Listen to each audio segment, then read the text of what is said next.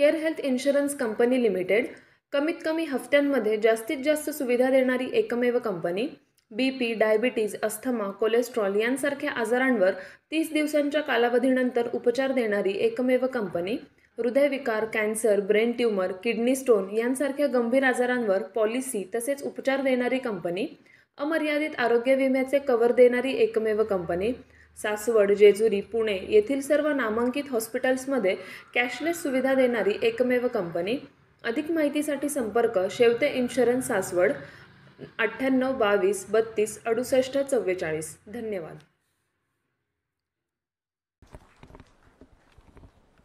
सन्माननीय व्यासपीठ आणि विविध कारखान्यामध्ये काम करणारे कामगार बंधू,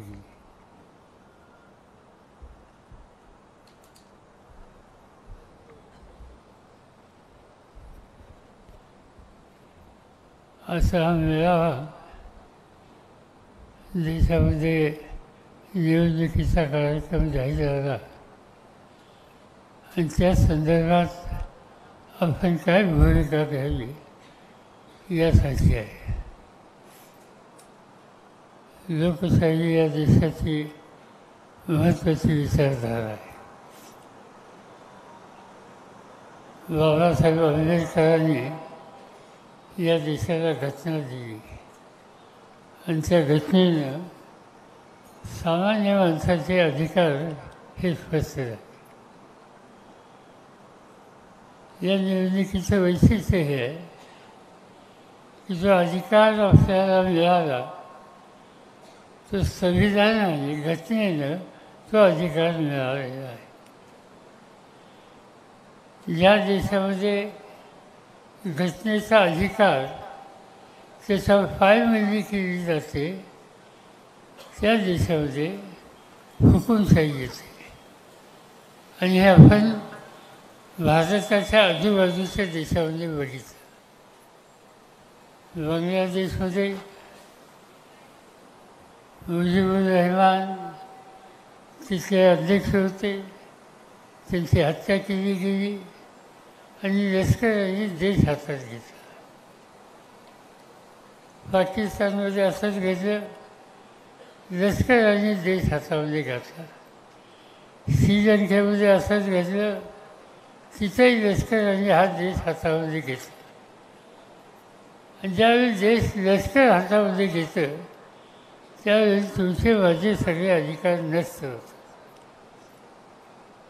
आणि ते व्हायचं नसेल, ती स्थिती येऊन द्यायची नसेल तर घटनेचं रक्षण करणं हे तुमचं माझं कर्तव्य आहे. सुदैवानं डॉक्टर बाबासाहेबांनी घटनेनं हा आपल्याला अधिकार दिलेला आहे. या निवडणुकीमध्ये आम्ही अधिक लक्ष घातलं. त्याचं कारण गेले 10 वर्ष पार्लमेंटमध्ये तुम्हा लोकांच्या वतीनं आम्ही काम करतो आणि तिथं आता मोदींचं राज्य आहे.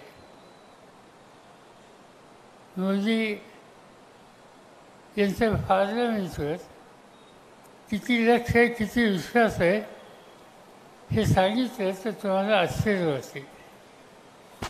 पार्लमेंटच्या पहिल्या दिवशी मोदींचा फोटो तुम्ही पाहिला असेल. पार्लमेंटमध्ये जाताना त्याच्या दारापाशी त्यांनी साष्टांग दंडवत घातला आणि सन्मान मी करतो हे देशाला दाखवलं. आत्ताच पार्लमेंटचं सेशन संपलं.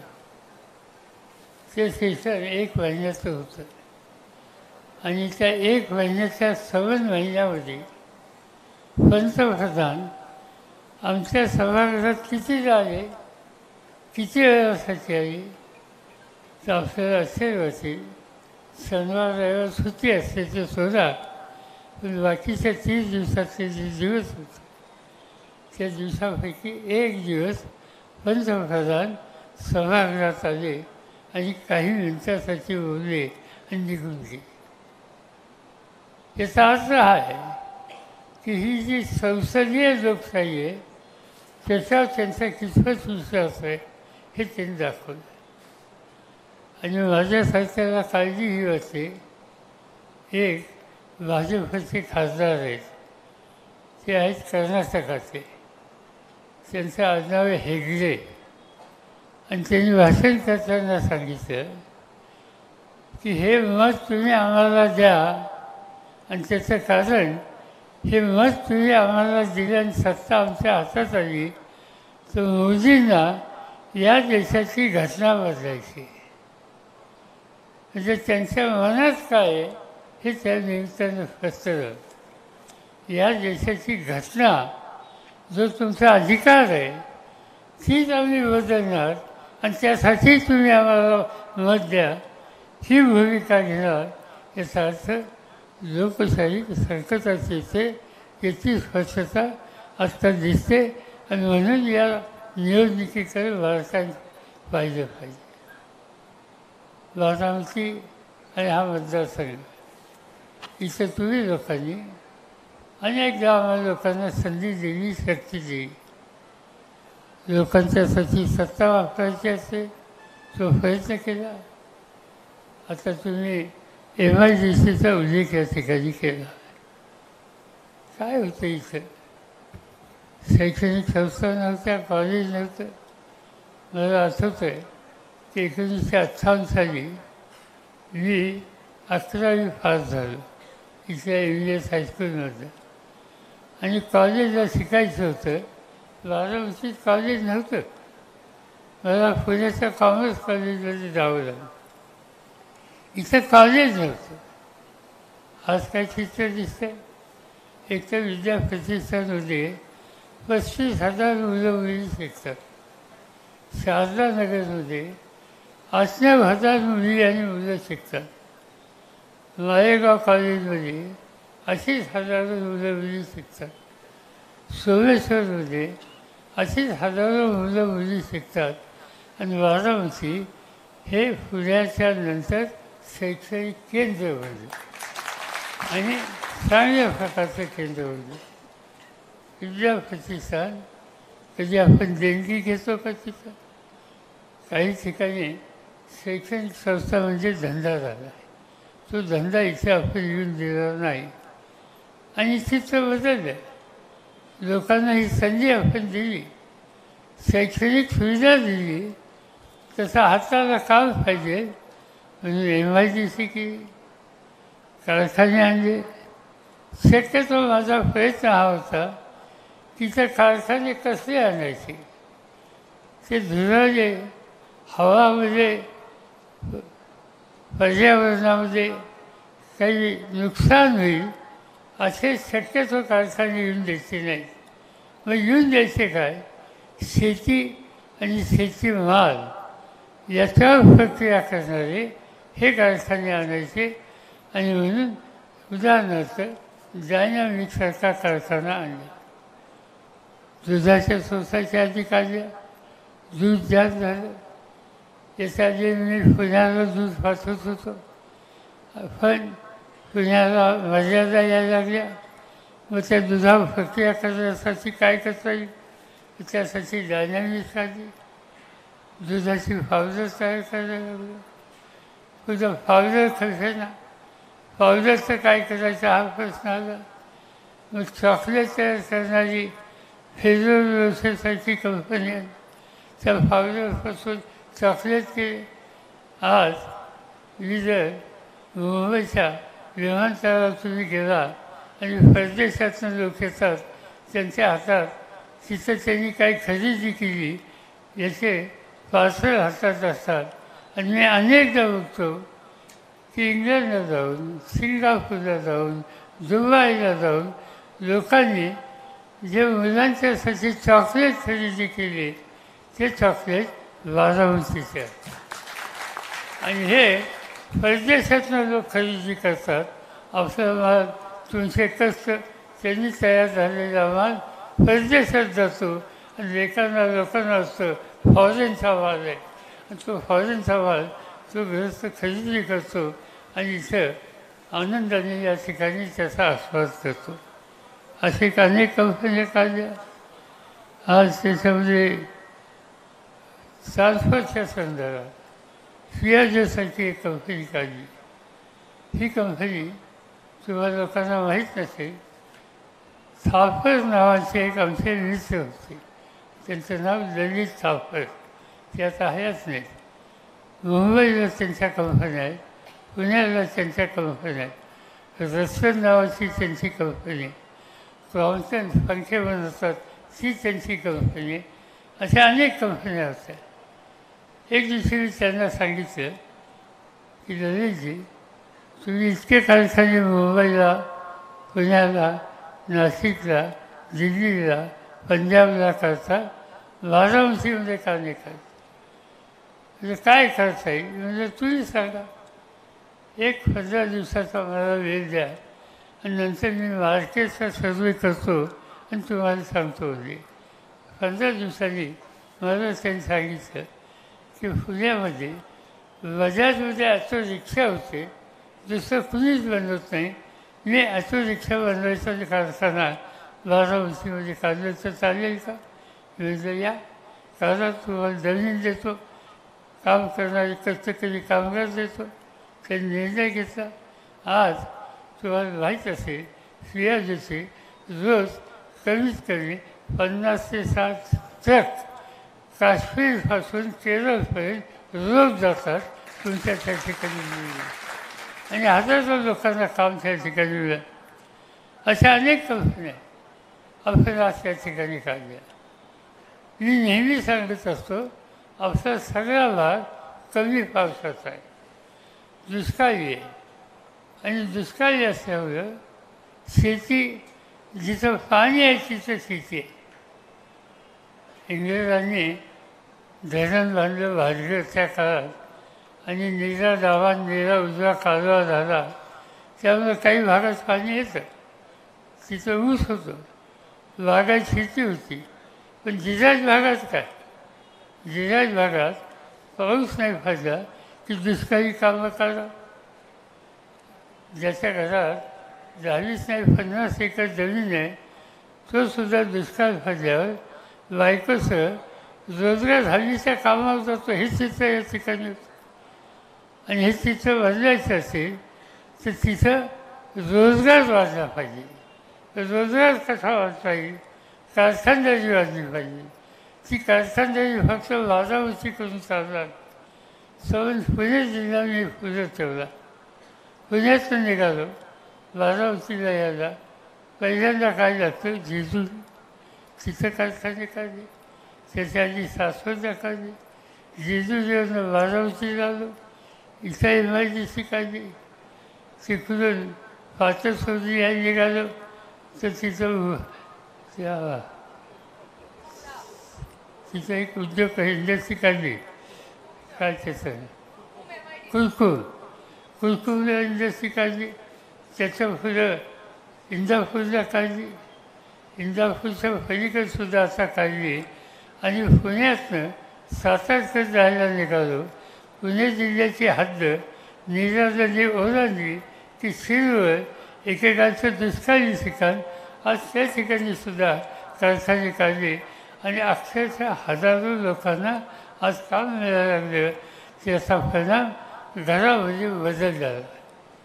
आज मी हा घराचा बदल बघतो. आज 56 वर्षापूर्वी मी विधानसभेला उभा राहिलो बारामतीतून आमदारकीसाठी. आणि त्यावेळेला अनेक गावामध्ये आम्ही गेलो तर लोक स्वागत करायचे. बसायला कीर्तन टाकायचे. त्यावेळेला खुर्ची नव्हती. कीर्तन माहिती ना, होतं लाजताना, तो खाली असायचा बसायला. आणि चहा द्यायची. ते चहा कशातनं द्यायचे? पितळीतनं. गरम पाणी, त्याच्यात गुळाचा खरा आणि ते पितळी यायची. पितळींचा मी स्वतः प्यालो बारामतीमध्ये निवडणुकीच्यासाठी फिरत असताना. नंतर निवडून दिलं. काही ना काहीतरी काम सुरू केलं. कारखानदारी वाजवायला सुरुवात केली. सुधारणा झाली. पुढच्या 5 वर्षात पुन्हा निवडणुकीला उभं राहिलो तर त्या ठिकाणी चहा देताना खिचडी केली, कप सुचले, कान सुचलेला कप आला. तर कप असा असायचा आहे की त्याचा कान सुचलेला असायचा. त्याच्यानंतर आणखीन तिसऱ्यांदा निवडून आलो, मंत्री झालो, मुख्यमंत्री झालो, इथं अनेक गोष्टी केल्या. आणि नंतर घरामध्ये कोणाच्याही गेलो तर कव्वाची यायला लागली. ती जी मुलगी आमची सून असेल, मुलगी असेल, ती चेमधून कव्वाची आणून चहा द्यायला लागली. एखाद दुसरी खुर्ची घरात बसायला लागली. आणि आज जर गेलं तर त्याच्याही पुढे सुधारणा झाली. आज घराचं राहण्याचं वातावरण हे बदललं. आणि त्याचं महत्त्वाचं कारण दोन, एक मुली शिकल्या आणि दुसरी गोष्ट हाताला काम मिळालं. मुली शिकल्या की घर सुधारतं. मुलं नुसतं शिकून चालणार नाही, मुली शिकल्या पाहिजे. आणि जोपर्यंत मुली शिकतात तोपर्यंत तुमचं घर सुधारल्याशिवाय राहत नाही. आणि म्हणून बारामतीमध्ये मुलींचं शिक्षण याच्यामध्ये अधिक लक्ष दिलं गेलं. तुम्ही बघता आज शारदा नगरला किंवा कुठं हजारो मुली या ठिकाणी शिकतात. खेड्यापाड्याचे असतात, नुसत्याच्या बारामतीचेच असतात असं नाही. पलीकडं सोलापूर जिल्ह्याचे असतात, फलटण भागाचे असतात, लांबून लांबून या ठिकाणी असतात. आणि त्याचं महत्त्वाचं कारण मुलींच्या शिक्षणाला एक प्रकारचा आधार आहे. इथं गुंडगिरी होऊन देत नाही, मुलींचं संरक्षण केलं जातं आणि हाताला काम दिलं जातं. या सगळ्या गोष्टीचा परिणाम हा सगळा भाग हा दिवसेंदिवस बदलतो आहे. आणि हे परिवर्तन आपल्याला चालू ठेवायचं. हे चालू ठेवायचं असेल तर कार्यक्रमावर लक्ष देऊन राजकारण करणाऱ्या शक्तीला पाठिंबा देणं हे तुमचं माझं काम आहे. आणि त्यासाठी ही निवडणूक होत असते. काही लोकांनी वेगळी भूमिका घेतली. लोकशाहीमध्ये कुणालाही भूमिका घ्यायचा अधिकार आहे. पण एक अट आहे. ती अट अशी आहे, मी तुम्हाला मत मागितलं, तुम्ही मला मत दिलं, तुम्ही मला निवडून दिलं. आणि निवडून दिल्याच्या नंतर मी जे मत ज्या नावाने, ज्या पक्षाने, ज्या कार्यक्रमांनी तुमच्याकडे मागितलं, ते नाव, पक्ष सगळं तुम्ही विसरला तर तुम्ही लोकांची फसवणूक करता. ही फसवणूक होता कामा नये. राजकारणामध्ये लोकांना दिलेला शब्द हा पाळला पाहिजे. लोकांचं भवितव्य ते पाळलं पाहिजे. आज दुर्दैवानं देशामध्ये जे काही घडतं ते वेगळं घडतं. मोदीसाहेब प्रधानमंत्री बारामतीला आले होते, इथं भाषण केलं. शरद पवारांचं ओठ धरून मी राजकारणात आलो. पार्लमेंटमध्ये कधी गेलो, भेटले तर अतिशय प्रेमाने बोलतात. हे बोलणं ठीक आहे, पण करतात काय, धोरणं काय, कोणते निर्णय त्यांनी घेतले. सत्ता ही लोकांच्या भल्यासाठी वापरायची असते. आज सत्ता ही हुकुमशाहीच्या रस्त्याला आपण जातो त्या पद्धतीनं वापरली जाते. तुम्हाला झारखंड नावाचं राज्य माहिती आहे का? झारखंड नावाचं राज्य आदिवासींचं राज्य. मोदींच्या विरुद्ध भूमिका घेतली, तिथल्या मुख्यमंत्र्याला तुरुंगात टाकलं. राज्याचा मुख्यमंत्री तुरुंगात आहे. दिल्ली देशाची राजधानी, केजरीवाल नावाचा सामान्य कुटुंबातला तरुण तिथं मुख्यमंत्री झाला. राज्य चांगलं चालवलं. त्यांची शैक्षणिक संस्था, त्यांची आरोग्य केंद्र ही कशी चालवतात हे बघायला देशातनं लोक यायला लागले, भारताच्या बाहेरून यायला लागले. चांगलं राजकारणाला आज तुरुंगात आहे. कशासाठी? काही धोरण त्यांनी आखलं लिकरच्या बद्दलचं. धोरण राखण्यासाठी पार्लमेंटमध्ये जायचं असतं. आता सुप्रियांनी सांगितलं की पार्लमेंटमध्ये आम्ही गेलो आणि कामगारांचं धोरण याच्यावर चर्चा करायची असेल त्याच्यात आम्ही सहभागी नाही झालो तर आम्ही कामगारांच्या हिताची जपणूक कशी करणार? त्यासाठी धोरण असलं पाहिजे. शिक्षणाच्याबद्दलचा विचार असेल, ते शिक्षणाचं सार्वत्रिकरण व्हायचं असेल तर त्यासाठी शैक्षणिक धोरण राखावं लागतं. शेतीच्या संबंधीचं धोरण राखावं लागतं. मी शेती खात्याचा 10 वर्ष मंत्री होतो. एक गोष्ट माझ्या लक्षात आली की शेतकऱ्याच्या घरात आत्महत्या व्हायला लागल्या. ज्यांनी आत्महत्या केली त्यांच्या घरी मी जाऊन आलो, चौकशी केली, का आत्महत्या केली? माऊलींनी सांगितलं, डोक्यात कर्ज होतं मुलीच्या लग्नाचं, ते फेरता नाही आलं, थकबाकीदार झाले, सावकार आला, घराची भांडी कुंडी बाहेर काढली, अभिरुचा पंचनामा झाला आणि माझ्या मालकाला ते सहन झालं नाही, इंजिन फेरला आणि जीव दिला. हा मृत्यू कशामुळे झाला? कर्जबाजारी. हे कर्जबाजारी फरा कसा घालवायचा? सरकारने काही केलं पाहिजे. मुंबईला दिल्लीला परत गेलो, मंत्रिमंडळाच्या बैठकीत निर्णय घेतला आणि एका फटक्यानं देशातल्या शेतकऱ्यांच्या डोक्यावरचं 70,000 कोटीचं माफ करून टाक. तुमच्या डोक्यावरचं उदं बंद. वेगवेगळे कारखानदार, उद्योगपती, त्यांचं कर्ज माफ होतं. पण काळ्या ऐशी इमान जगतो, देशातल्या लोकांचं 2 वेळच्या अन्नाच्यासाठी मेहनत करतो, त्याचं कर्ज नाही माफ करायचं. हे चालणार नाही. हा निकाल आम्ही लोकांनी घेतला आणि ठरवलं. आजचे प्रधानमंत्री काय म्हणतात? आजचे प्रधानमंत्री कर्ज बसवतात, वसूल करतात. त्या वसुलीचे 100 रुपये आले तर त्याचे 6 रुपये खिशात टाकतात आणि सांगतात की तुमच्या खिशात तुम्ही पैसे टाकले. माझी पैसे टाकायची गॅरंटी आहे. गॅरंटी कशी? वसूल करायचे 100 आणि 6 परत द्यायचे. 100 वसूल करायची गॅरंटी. हे आजचे प्रधानमंत्री म्हणतात.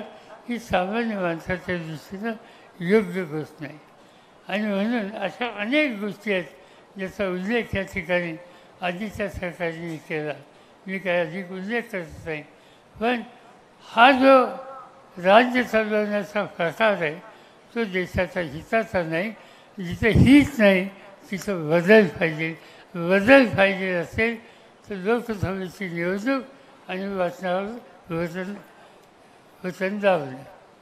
आता यावेळीची खून ही वेगळी आहे. घड्याळाची खून ही तुम्हाला पाहत होती. आता गंमत झाली.